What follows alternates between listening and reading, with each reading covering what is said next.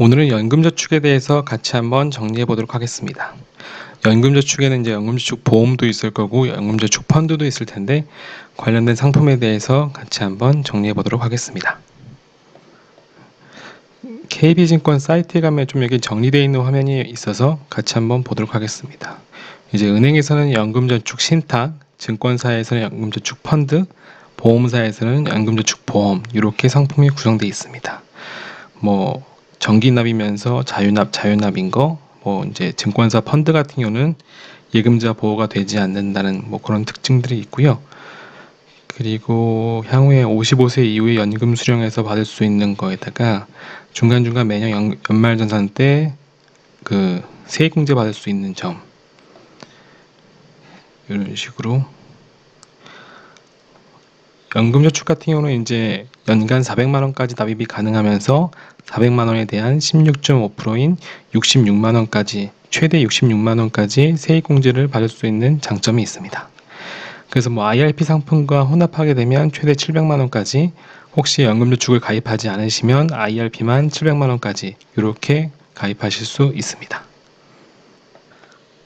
조금 지난 신문 기사이긴 한데 2020년도 이제 10월달 기사이긴 한데 뭐 1% 수익률의 허탈, 연금저축 보험 깨고 펀드 갈아탄다.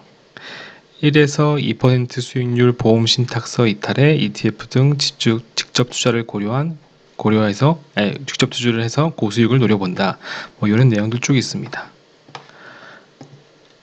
그래서 내용을 좀 살펴보다 보니까 올해 같은 경우도 이런 비슷한 신문 기사가 또 있었죠. 뭐 연금저축 신규 가입 79%, 보험 대신 펀드 택했다. 뭐 작년 증시 호황으로 수익률 17%, 신탁 보험 수익률은 1%대로 하락, 수익률 격차 사상 최대 벌어져.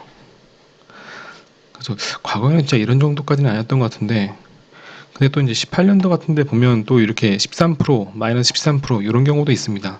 그래서 이제 예금자 보호가 안 되다 보니까 이러시면 원금 손실이 일어날 수도 있겠죠.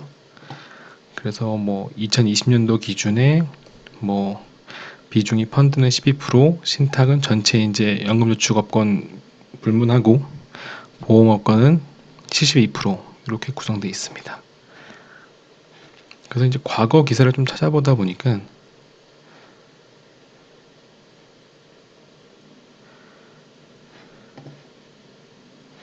(2015년도에도) 이런 비슷한 내용이 있었죠.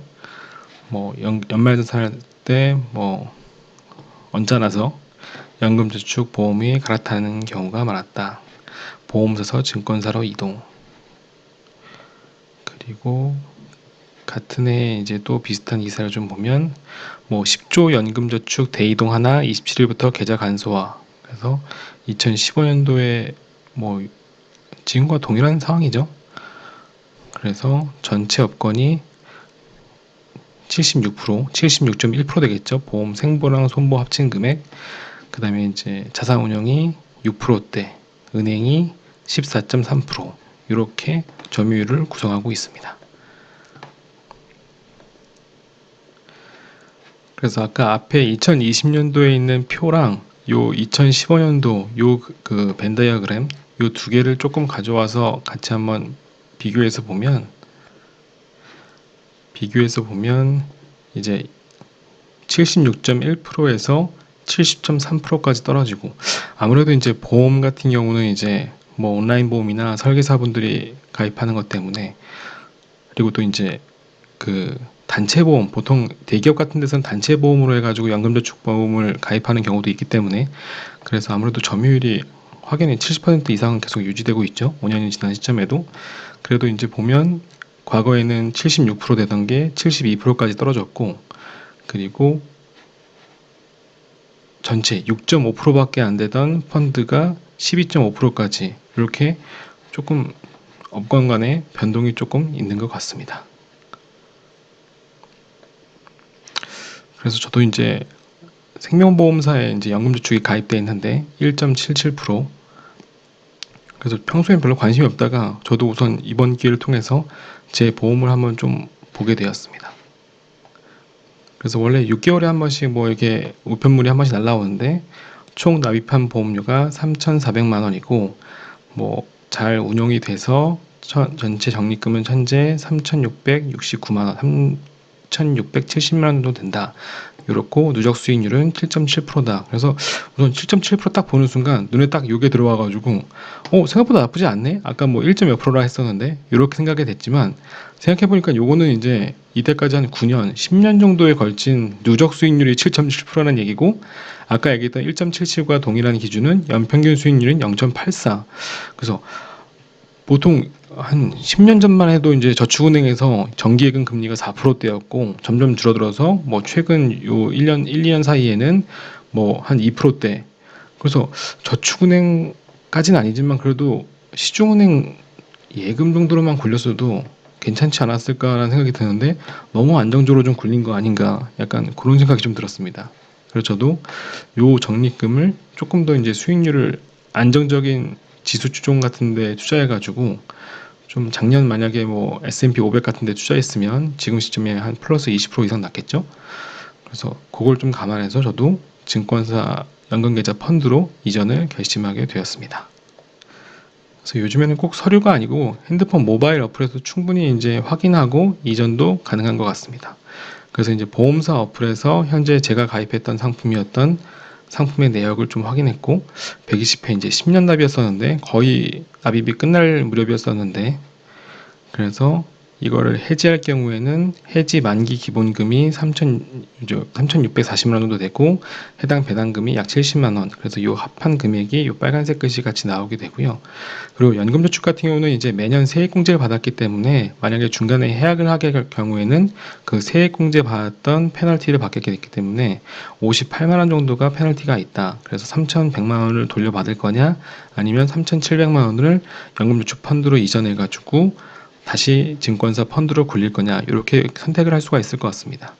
그래서 저는 3,700 요 금액을 미래에셋증권으로 이제 옮기게 돼서 이렇게 굴리게 되었습니다.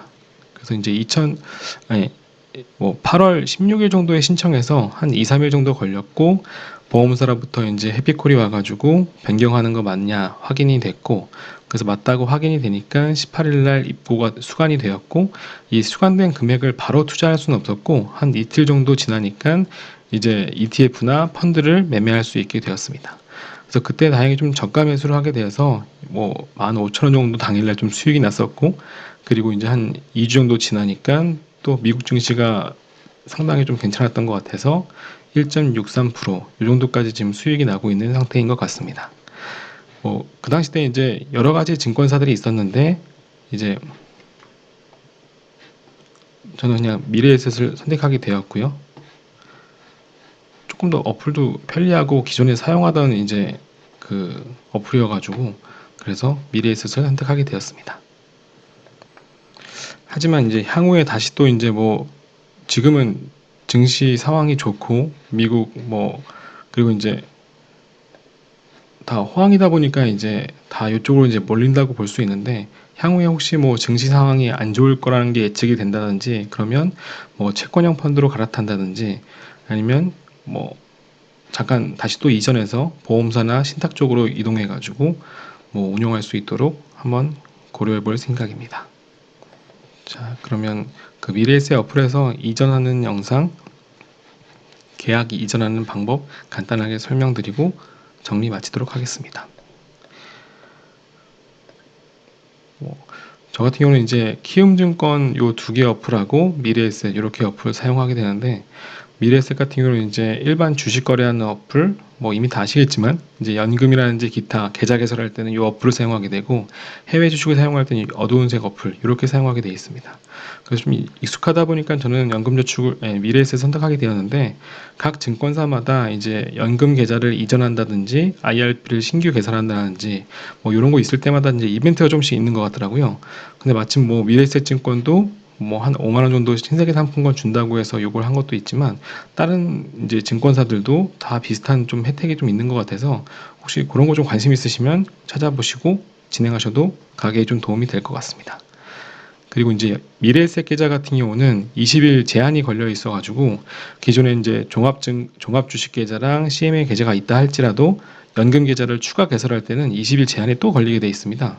그래가지고 뭐 저는 다른 뭐 한투나 삼성 쪽으로 가입을 할까 하다가 한 이틀 정도만 있으면 20일 제한이 풀려가지고 그냥 기다렸다가 미래에셋 증권을 가입하는데, 혹시라도 뭐 20일 제한이 풀려 있는데 뭐 어떤 뭐 이제 20일 제한이 있는 증권사 같은데 계좌를 개설해야 돼가지고 뭐 미래에셋 연금저축을 계좌 개설하시려면 그런 거 조금 염두에 두시고 계산하신 다음에 진행하시면 조금 더 도움이 될 것 같습니다.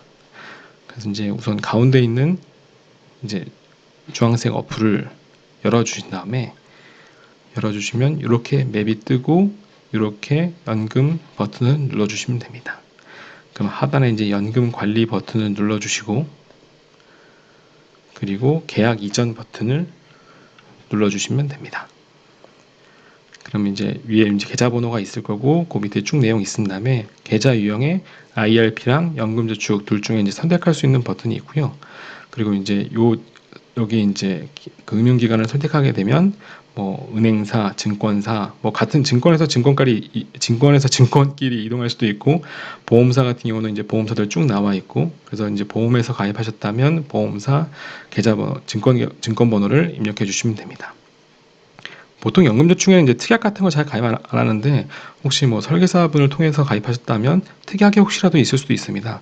근데 이제 계약을 이전할 경우 이 특약은 그 순간에 그냥 해약이 돼서 그 당시 해약 환급금을 돌려받게끔 돼 있어서 조금 손해가 발생할 수도 있기 때문에, 요 특약이 있으신 경우에는 보험증권을 잘 읽어보신 다음에 요걸 뭐 감액을 한 다음에 이쪽을 증액을 한다든지 이런 방법도 좀 있으니까, 요거 부분에 대해서는 조금 더 뭐 있으시고 좀 중요한 특약이라 생각하시면 조금 확인하시고 해지하시는 게 좋을 것 같습니다. 한번 해약하면 다시 돌아올 수가 없기 때문에 조금 확인하시면 좋을 것 같고, 마지막으로 동의, 유의사항 읽어보시고 체크, 그러면 이제 이 확인 버튼이 활성화됩니다.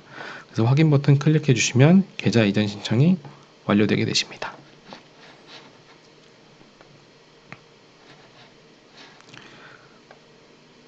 자, 오늘 정리는 여기까지 했고요. 영상이 도움이 조금이라도 되셨다면 구독, 좋아요 부탁드리겠습니다. 감사합니다.